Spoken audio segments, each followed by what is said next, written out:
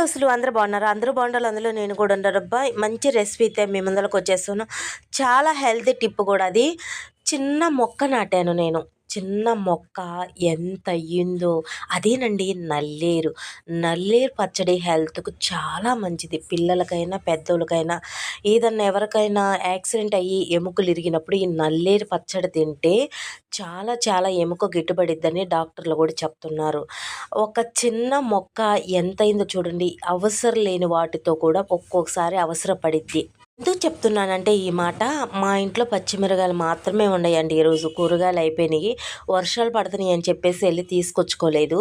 అట్లాగే carry ready చేయాలి కాబట్టి ఏంది ఈరోజు కూర అని ఆలోచించుకునేటప్పుడు చెట్టు కనపడింది. నల్లేరునైతే కట్ చేసేసి అట్లాగే ఈనెలు తీసేసి ఇంకెందుకు పచ్చిమిరకాయలు, నల్లేరు, అలాగే ఏడుశనగపప్పు, ధనియాలు, అవిసె గింజలు, కొంచెం జీలకర్ర, కొంచెం పుదీనా వేసి బాగా వేపానండి. ఇంకెందుకు చింతపండు, అలాగే చిన్నుల్లిపాయ వేసి మిక్సీ పట్టేశాను. మిక్సీ పట్టేసిన తర్వాత అబ్బా మంచి స్మెల్ అయితే వస్తుందండి. కొంచెం చింతపండును కూడా వేసుకోండి. చాలా అంటే చాలా బాగుండిద్ది ఈ పచ్చడి. ఆయిల్ ఎడిక్కిన తర్వాత తాలింపు గింజలు, అలాగే ఎండుమిర్చి, కొంచెం పుదీనాని, అట్లాగే ఈ మిక్సీ పట్టిన పచ్చడిని వేసి కొంచెం ఇంగువనేసాను. రెసిపీ వేరే లెవెల్లో ఉందండి. చాలా చాలా హెల్తీ, మంచిది. నచ్చితే సబ్స్క్రైబ్ అబ్బా.